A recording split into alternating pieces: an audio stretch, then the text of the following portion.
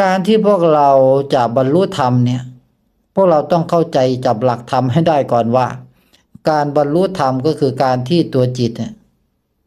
มันได้ตื่นขึ้นมาตื่นรู้ขึ้นมาได้เห็นจิตตสังขารเห็นอาการจิตเห็นว่าอาการจิตนี้เป็นอนัตตาเมื่อเห็นอาการจิตเป็นอนัตตาจิตมันก็คลายตัวออกจากจิตตสังขาร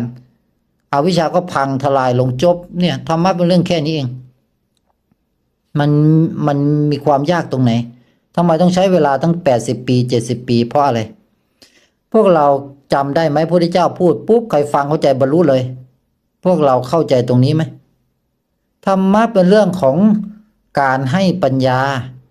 การอธิบายเรื่องจิตให้พวกเราได้รู้จักว่าจิตของพวกเราเป็นธาตุว่างเปล่าใสบริสุทธิ์มาก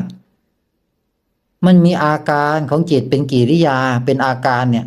ก็คือเสียงเนี่ยที่พูดอยู่เนี่ยนี่คืออาการจิตนะเสียงที่พูดอยู่เนี่ยมันเป็นอาการกระเพื่อมของจิตนะเหมือนกับธรรมชาติของจิตที่เป็นธาตุว่างเปล่าใสๆนี้มันได้สร้างฟองสบู่ขึ้นมาห่อหุ้มตัวมันเองทำไมถึงสร้างเพราะความว่างเปล่าใสๆเนี่ยมันไม่สามารถที่จะรับรู้ได้และมันไม่สามารถที่จะกระเพื่อมปรุงแต่งได้จิตเป็นธาตุที่พ้นไปจากนามธาตุพ้นไปจากรูปธาตุพ้นไปจากการปรุงแต่งโดยสิ้นเชิงมันไม่มีอะไรมันไม่เป็นอะไรมันไม่อะไรกับอะไรมันเป็นธาตุว่างเปล่าใสบริสุทธิ์เป็นต้นธาตุไม่ไปไม่มาไม่เกิดไม่ดับไม่มืดไม่สว่างไม่มีบุญบาปดีชั่วกุศลอกุศลใด